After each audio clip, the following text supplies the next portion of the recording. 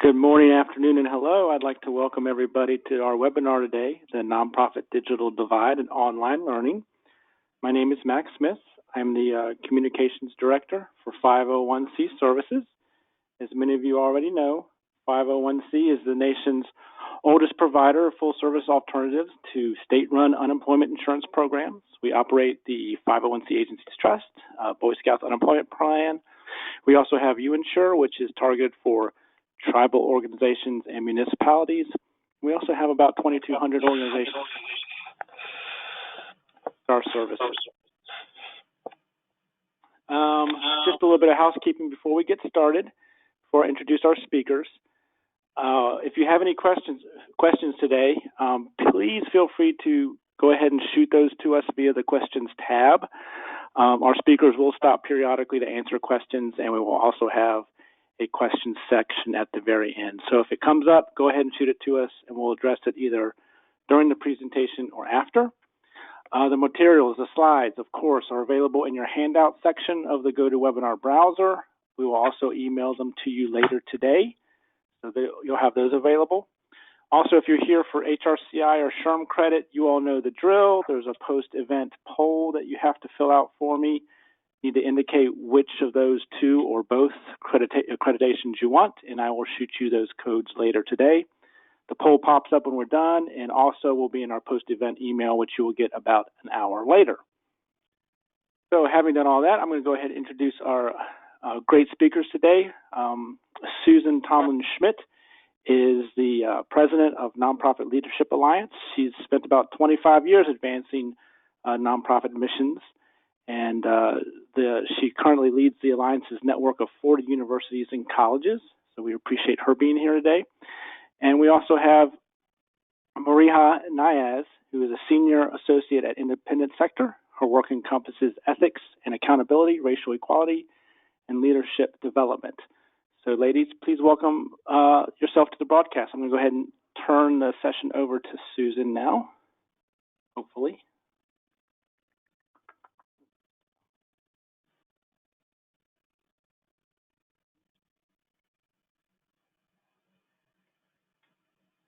All righty, it should be on its way to you, ma'am.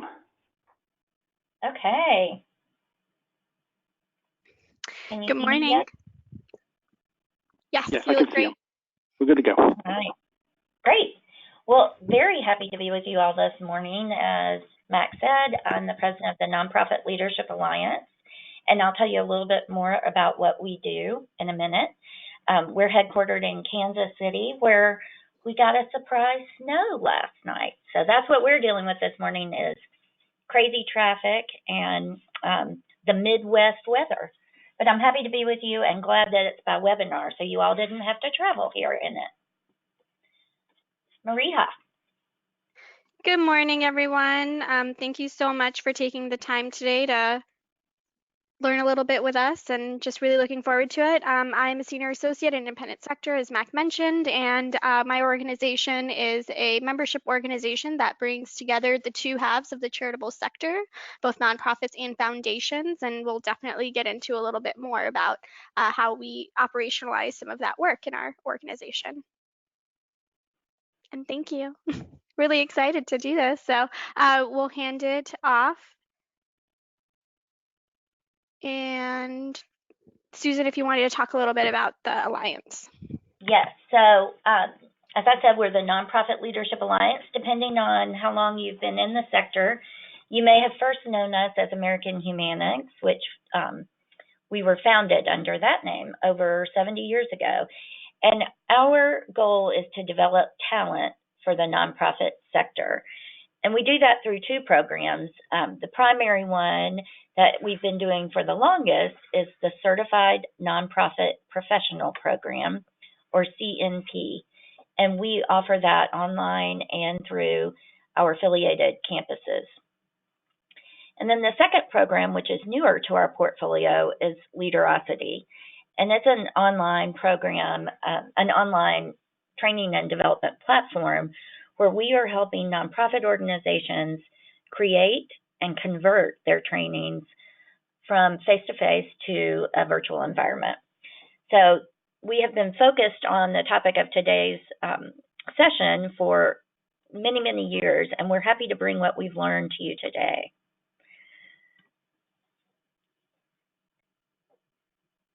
Great. So in terms of how we're going to structure our time today, we're going to start here with the evolution of training and development, where we are and where we're headed.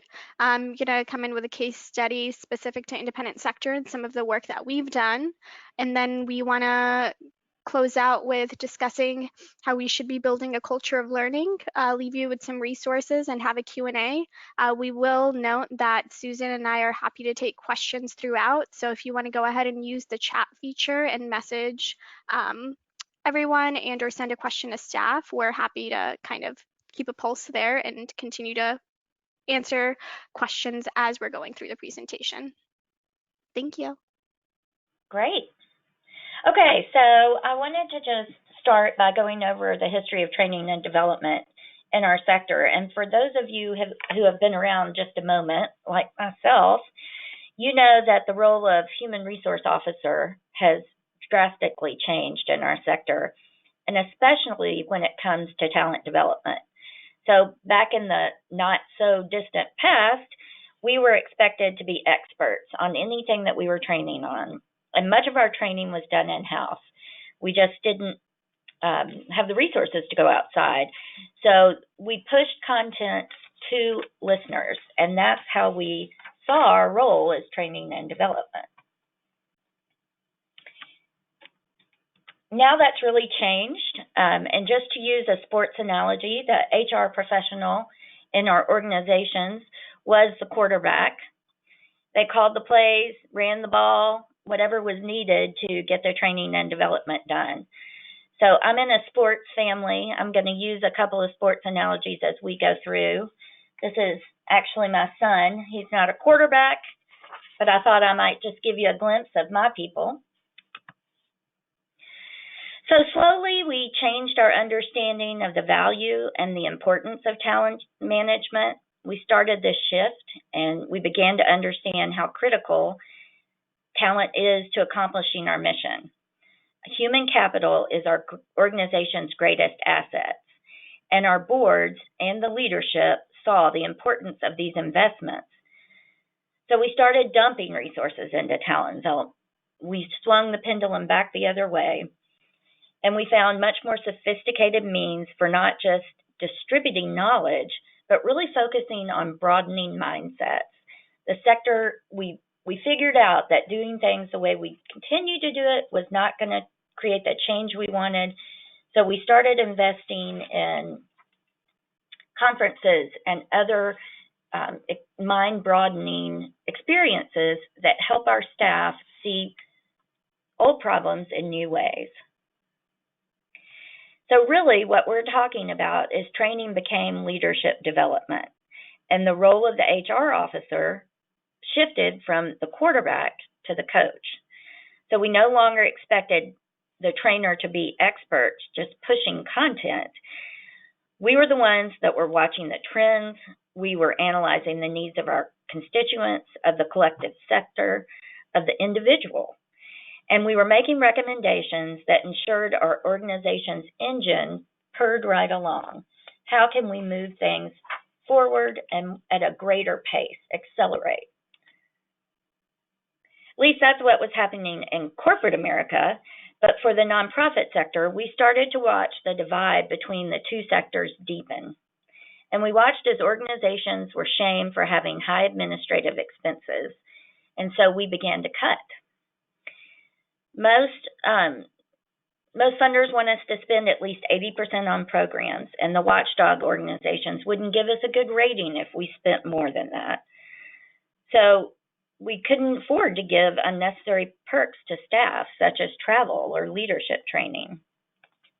If you follow Voulet and his blog, this is when he talks about the Hunger Games. What he's really talking about is a systemic underinvestment in ourselves, our staff, and our volunteers. We thought that not investing in our talent would make donors more interested in investing in us because we had low overhead. But from a bird's eye view, that logic is not sound. We let others tell us what we really needed, and we sat on the sidelines while our greatest resource, the talented professionals responsible for our mission left our organizations. And worse yet, many of them just didn't leave us, they left the sector entirely. And corporations that were positioning themselves as social impact organizations scooped up that talent that we developed. In the past 2 years, only 30% of open C-suite positions in the nonprofit sector were filled by an internal candidate. Now that's compared to 60% of positions at for-profits. So they double the amount of talent that they are grooming to fill their next position. Almost half of the 30% came from other nonprofits. So this comes at a significant financial and productivity cost to our organizations.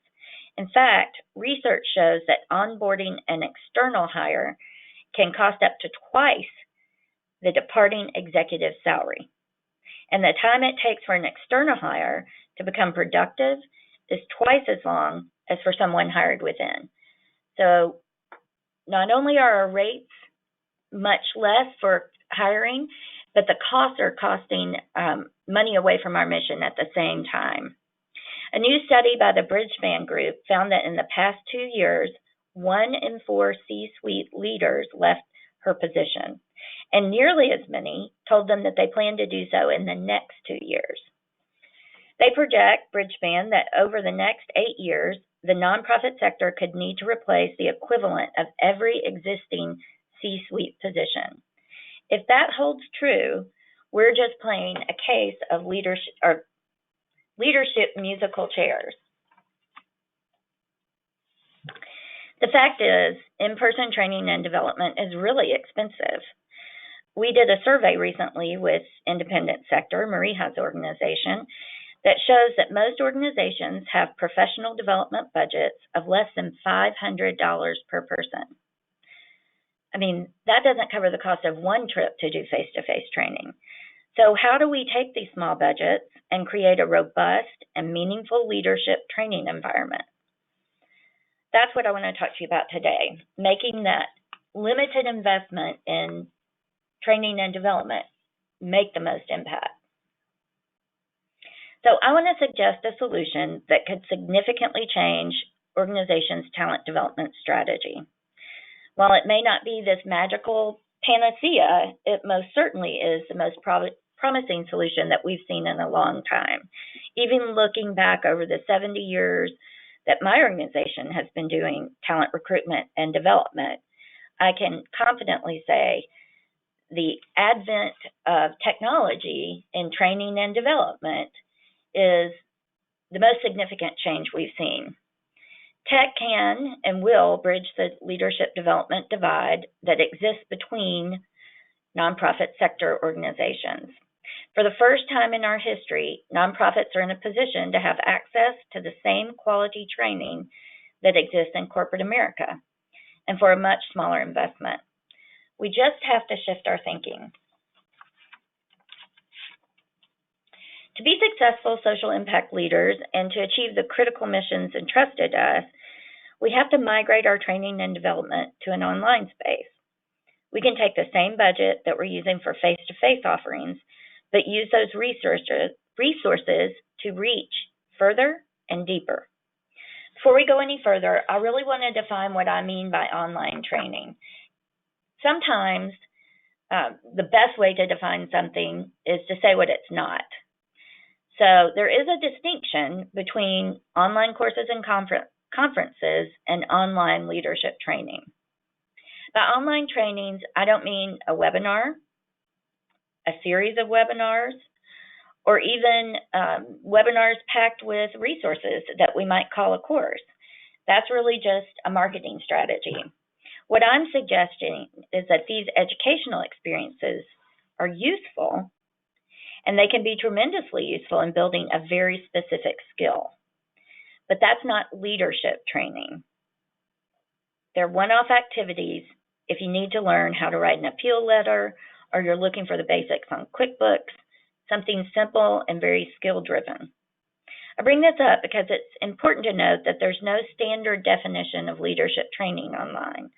So while someone might use the word course to define a webinar or series of webinars, there is a difference between that educational experience and what I'm suggesting we invest in as a sector.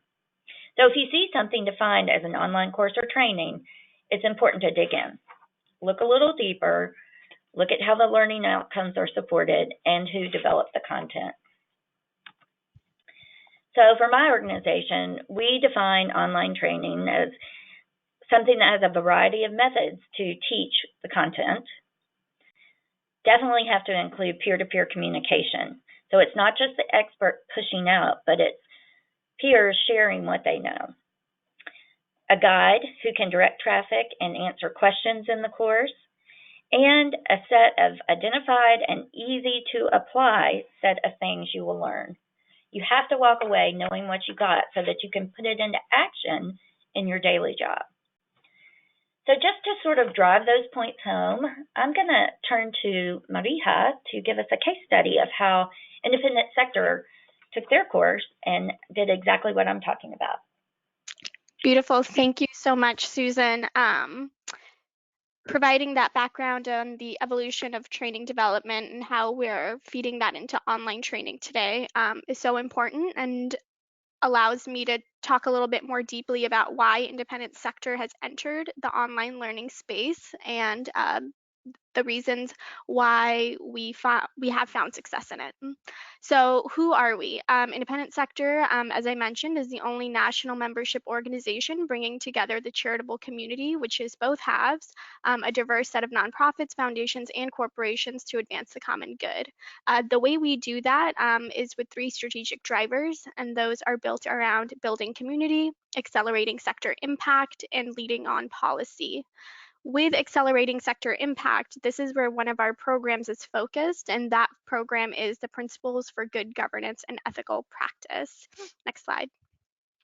So the Principles for Good Governance and Ethical Practice is a flagship publication that independent sector has, and it outlines 33 principles of sound practice for charitable organizations and foundations. So a little bit of background. The principles were founded in a bipartisan call back in 2004 from Senator Grassley and Senator Baucus. What was happening at that time were that essentially nonprofits were a hot topic in the news cycle. There were accusations of malfeasance in this sector, lots of different reports in terms of why are these nonprofits receiving a haven for money without it being taxed, those types of accusations. And so what happened was that independent sector went ahead and convened a national panel on the nonprofit sector.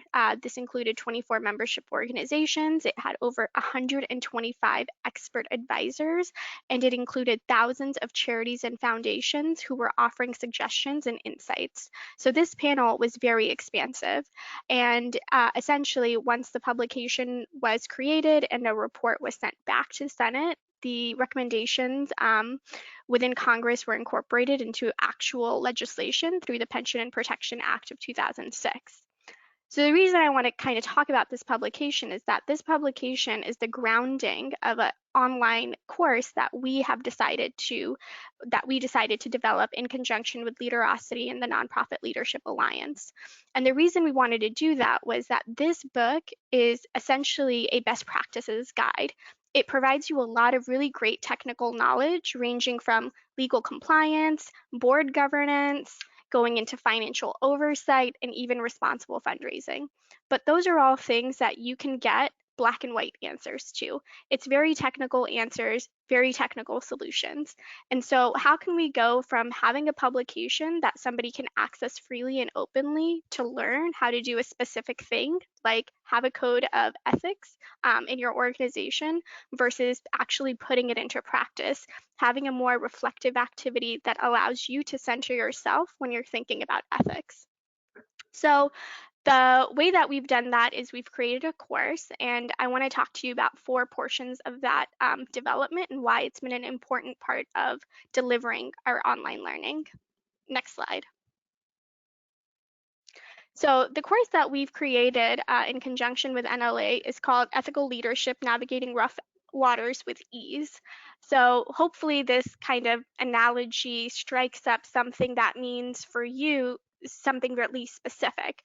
You can think back to a moment as a nonprofit leader or as a staff member at a foundation where you might have been confronted with a challenge and you weren't absolutely sure what the right answer was. And there probably wasn't a right answer. There was only one way of getting through it, and that was going to be coming up with an adaptive solution.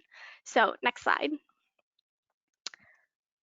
So this is really where we get into what this course is able to do through an online delivery.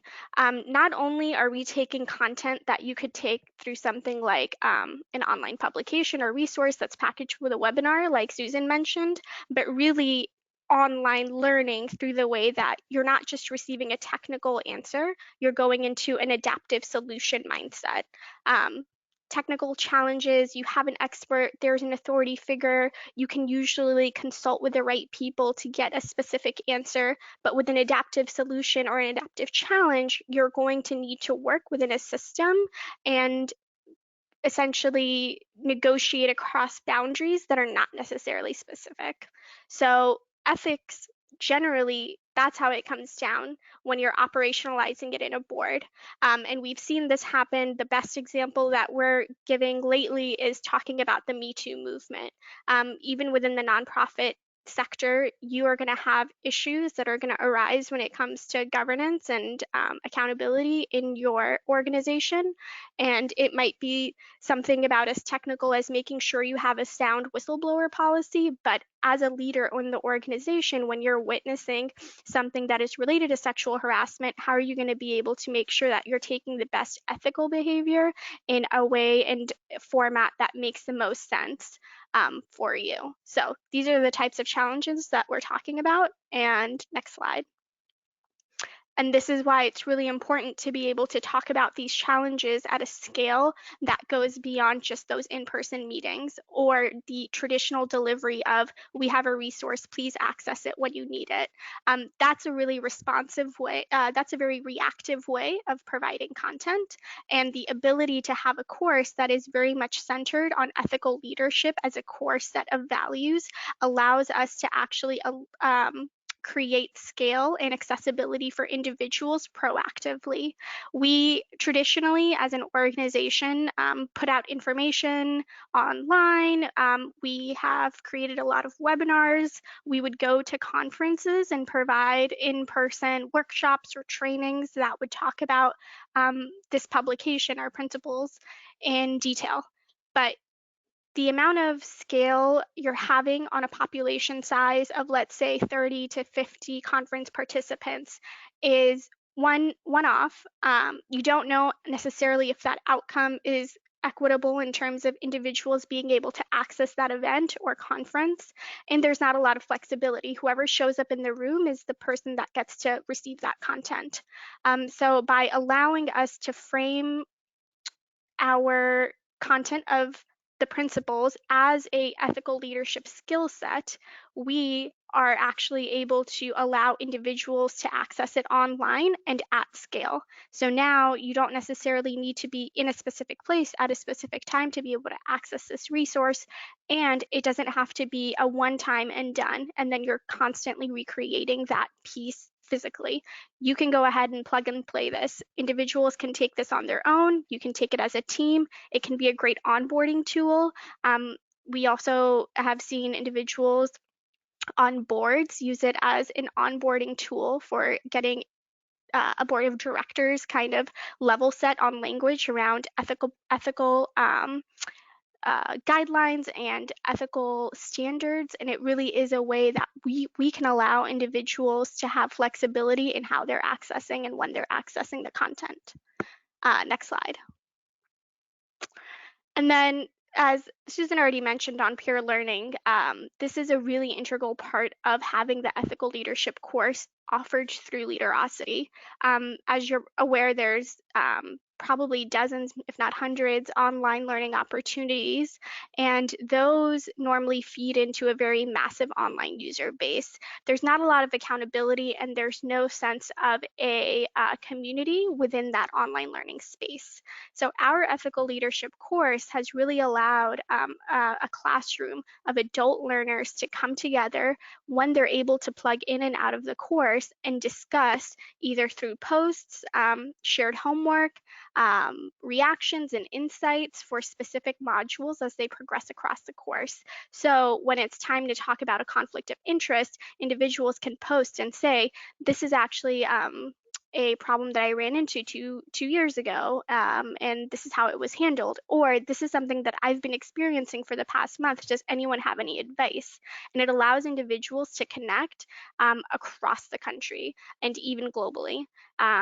It's really great as a nonprofit staff member to get out of your bubble, and being able to access this learning online allows you to connect with somebody maybe in California that is in a completely different field than you are.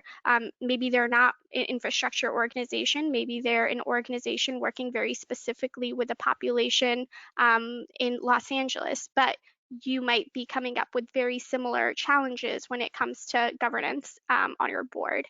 And you're able to share that and get out of that bubble. And it allows for generative learning that is not the usual didactic approach to this is how you should approach governance. And that national network is really important in terms of getting you to a completion rate. We know that when you have a cohort style learning, when it is capped, our particular course is capped at 30 learners, that you're going to see individuals commit to the course and then actually finish the course at a rate that is completely unprecedented. So we see completion rates of 80% or upwards. Next slide. And then that's where data delivers and we have the power to iterate. So just speaking about our experience of working with Leaderosity and having created this course, we've done two very successful runs of the course. And one of the very important parts of this process has been that online learning is dynamic and you can continue to have iterative content. Our first run of this course provided us a lot of really great data and feedback, and we actually ended up with a really high NPS of 60. And just to kind of level set some of that language for you, a net promoter score is a score that you ask at the end of an event or something like this, like an online course, and say, would you recommend this product to somebody else? So would you recommend ethical leadership, the course, to somebody else? And we received an NPS of 60 for that. And anything around 0 to 30 is good, anything above 30 is great, and anything getting above 50 is just completely exceptional. So we had already done a great job of packaging this course from an ethical leadership lens, but we were able to continue to iterate upon our content, tweak some items, and then in our second run, our evaluation showed us that we had increased our net promoter score up to 68. So we're at, almost a 70, at a 70 for a net promoter score. That's completely like world class in terms of how satisfied people were. And if this is something that's meaningful enough for you to be able to recommend it to somebody else, that's definitely a mark in terms of how they felt the content was able to be operationalized for them and how meaningful it was for them. So that is really in terms of how we can continue to capture data. Online learning really shows us what is engaging, what is not engaging. And then it also really gives us that capacity to iterate. So it allows us to build, it allows us to test, it allows us to evaluate, and then it allows us to continue to adjust. And that really has been where the draw of online learning has gone for independent sector. And now we're moving towards how can we create additional content for individuals that really creates a base of all of the leadership skills that you need as a 21st century leader. Somebody that can be responsive to all of the changing dynamics in our political landscape and our social landscape. How can you deal with resourcing problems as they come up for you or your organizations? And it really is about everyone stepping in as a leader, not just individuals at a C-suite level, not just individuals at a decision-making level. It really is something about having a set values of leadership skills. And that's all for us. That's wonderful. So one of the reasons we asked Mareeha to participate with us today is I think this is just a crowning example of how applied learning is so critical. You hear that this training came directly from the threat of legislation. The biggest threat on our organizations is to be over-regulated by government. So the idea that any level of your organization could access this training to help the entire sector stay ethical, to lead well, and to bay off over-regulation, that's exactly how we can use a powerful tool to access so many people. I also love how independent sector has embraced this theory to practice bridge as part of their role in supporting their organizations. So it makes the perfect partner to the things we've talked about. So let me just do a quick check-in with you on what all we've talked about. We really wanted to set the context of training and development. Historically, where has it gone? How did other sectors get ahead of us in their mindset towards training and development? And how do we now play catch up with limited resources? We really want to convey to you why what we're talking about is different than some of the things you already have access to through your networks, and why it's so important to scale up this really access and flexibility of access to high quality learning. So all of that starts in our organizations, and like I was referencing with independent sector, it's really a culture of learning within each organization. So we have to embrace this approach throughout our whole organization, not just the one trainer on staff. Employees, we have to see our people as, people who have shelf life beyond our own organizations. So we are obligated to help them grow and get better. And when we embrace this ideal, we really will see an ROI in our own organizations. Helping people is the culture, it is the DNA of the nonprofit sector. So taking this approach to learning is not a stretch for a nonprofit organization. It's really a very short leap to see our employees as part of our service recipients. So how do you create this culture of learning? Well, it's top down and bottom up. It is leadership, making sure there are resources for training staff, and it's staff taking advantage of it. So often we have tools out there that we don't encourage our staff to take time during their day when they're being paid to really invest in those. We have to support them with the right tools, but then we also have to give them the space to take advantage of those tools. We have to see this sort of leadership development training, we have to see it as an advancement strategy, not just skills training to advance, not technical knowledge or knowledge of our own systems within our organizations, but the broader leadership training that it takes to make a succession plan for an employee that's in your organization. We have to make it easily accessible. Of course, we've really covered that it has to be affordable. It does have to work into our daily jobs, because our daily jobs don't go away when we take time out to do training. We have to teach our managers how to coach. Really taking this advancement strategy, this approach requires coaching, not just managing people to get their jobs done, but a bigger perspective on career growth and a broader mindset that we've been talking about. And finally, you can't value it if you don't make it part of a performance evaluation. So we do need some kind of structure in place to set goals for our peers, our employees, and then help them achieve them and hold them accountable. So there are really both real and perceived barriers that may be keeping your organization from adopting online training as a primary talent development strategy. And believe me, in our conversations, we have heard many, many reasons, some that make a lot of sense and some that we maybe didn't understand. But the reality is there's opposition out there often to shifting this way of doing training. And the first myth is that online trainings aren't effective, or at least not as effective as face-to-face offerings. But that's just exactly as I have it labeled, a myth. According to the Department of Education, learning outcomes for students who engage in online learning exceed those of students receiving face-to-face instruction. Now, most certainly, as I mentioned earlier, there are topics or activities that work best in face-to-face setting. And I could give you a list of them that I think maybe are better done in a face-to-face environment, like how to be a lifeguard or do CPR. You can't do those online and not have actually experienced those activities. But before you quickly dismiss this as a solution, you should consider a blended learning strategy that includes some portion of the training offered online and some portion offered face-to-face. We found that organizations who use online learning to really reinforce or create a foundation of shared knowledge, those learners are able to take full advantage of their time when they're together. So pre-learning is a great online learning strategy as well.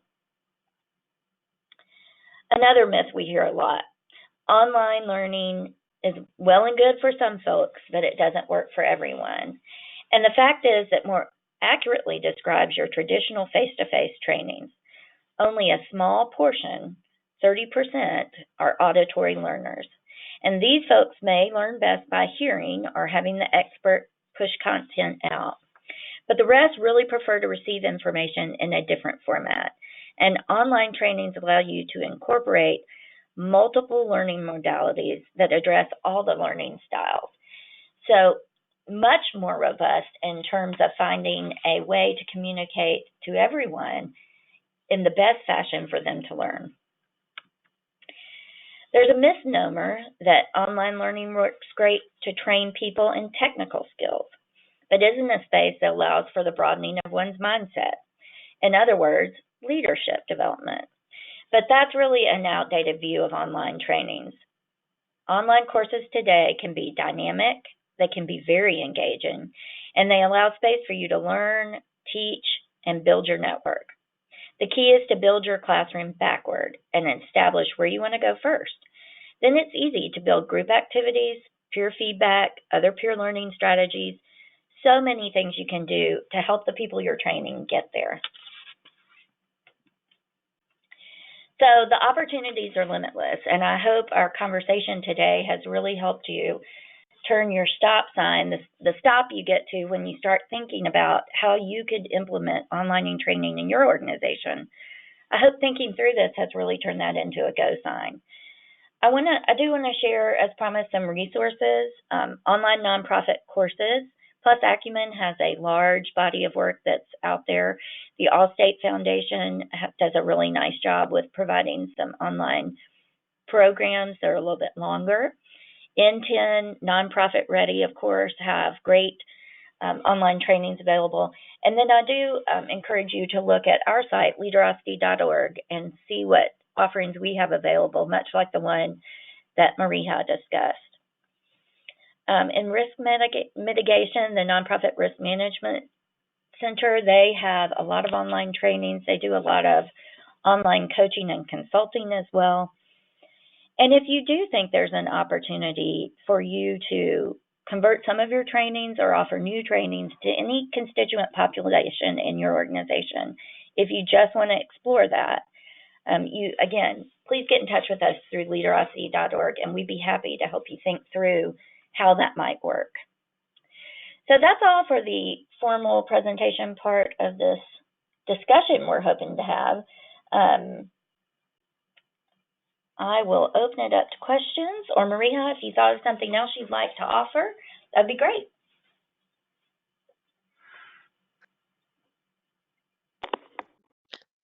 Great.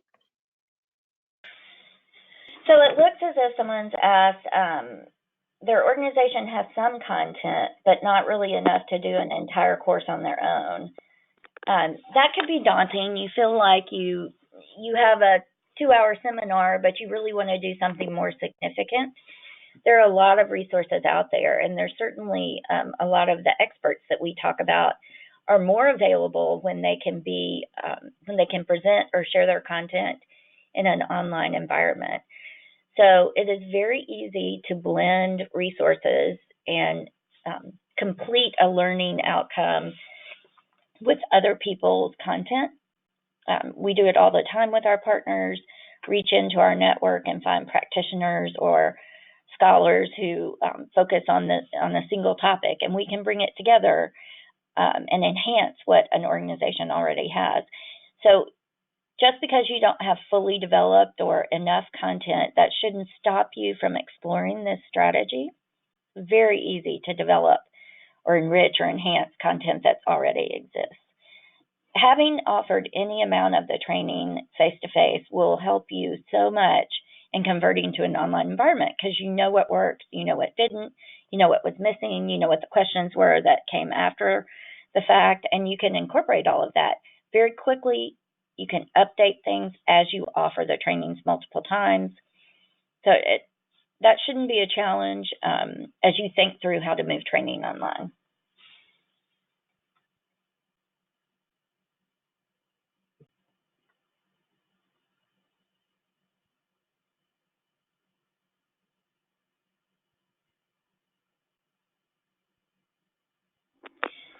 Susan, do you see Anita's question in the Q&A pool? Perhaps she wanted some ideas on the actual technical systems that are best for online learning. I know you talked briefly about certain ways of doing it online. Could you expand on that a little bit for her? Sure. And just so you know, Mac, I can't see that Q&A still. Gotcha. So if you'll give me any others that come through there. Yes, I would love to share what I know. We went through a very expansive process and looked at all different kinds of tools that you can use. I will tell you there are products out there that are completely free up to more than you want to think about spending. So there's a lot of variety in this space. It definitely, you want to start with what you're trying to accomplish, because there are products that offer one very specific thing, then there are products that offer a whole suite of platforms that you could utilize in your training. So really, lots of brands out there that you might look at. My suggestion is to understand exactly what outcomes you want to get and to be very careful in choosing one that converts a professional development environment. So if you took a college course online, that looks very different than if you flew into a conference and did a training.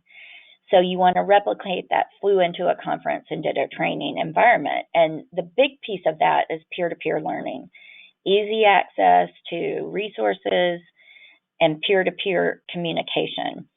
So I would ask things such as, can a participant set up a discussion board, or does that require the instructor to do it?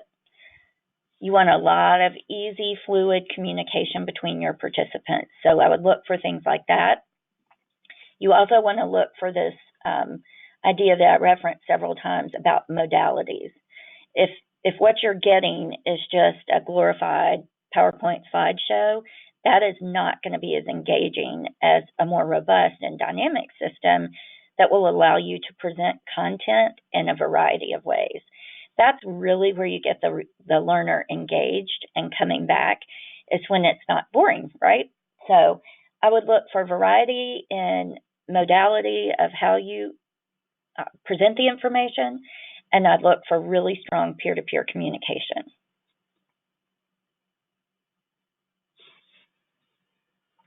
Okay, great. Mareeha, I believe you have a question in the chat box. Yeah. So Mareeha, how easy was it to convince others in your organization that this was the right strategy? What do you suggest for us who might like the concept, but others on our team don't agree? Okay. So that's a really great question. And I think number one, it comes down to both resourcing and two, what is the outcomes that your organization is trying to deliver? Because I think if you can answer those two things, then the natural solution is going to land on online learning. And even if others don't agree, they're going to come along once you deliver the data to them. So one, it's really about centering what the results are for your organization. So if you have a specific strategy or program that you're trying to achieve, what are the outcomes and population you're trying to reach? And usually that population size is going to be much larger than what you're already serving. So that's already a data point, and really you just need to baseline it, and then share that information with who the decision makers are on your team, but also in a way that makes sense and makes sure that the resourcing piece is answered. Because a lot of the times when people don't agree, they have an idea of the constraints on resources, but that's not that's not what they're saying to you in the full conversation. So the second thing you really need to do is think through what resources you're already putting into the work or program or content that you're delivering, and what the opportunity cost would be to take that online. Yes, you'll have a capital cost of designing the content or creating the online learning course, but over the course of a year and over the course of 2 years, you're going to be saving a lot of money on traditional content delivery, like travel and conferences or specific in-person convenings. Maybe you're having a fellowship convening and it is in a local area, but that still is costing time and money when it comes to meeting space and all of the things that it takes to set up a meeting for 12, 20, 40 people. And over the course of, a year or two, you're definitely going to be saving a lot more money than your organization is putting out. So I would say that really it comes to baselining some of your data and then to making sure that the resource question is answered before you allow your team to really come back with a super strict, no, this isn't going to work for us, because it definitely is going to work for most organizations. It really just depends on the size. Okay, great. We'll just give a little bit longer. I think we've exhausted all of our questions. I just want to see if anybody else has anything else to ask before we... Oh, I think we have it all. I think you guys answered everybody's questions. Anything else to add? Thanks for having us, Mac. We really enjoyed it. No, absolutely. And I've enjoyed you all creating our online course. This is really great. Appreciate the opportunity, and thank you to everyone that showed up today. We'd love for you to take the survey. Absolutely, and that survey will pop up as soon as we close it out, and it'll also be emailed about 60 minutes from now. So ladies, thank you so much for your time. I really appreciate it. Thank you. Bye-bye. Excellent. Have a great day. All right, guys. Bye.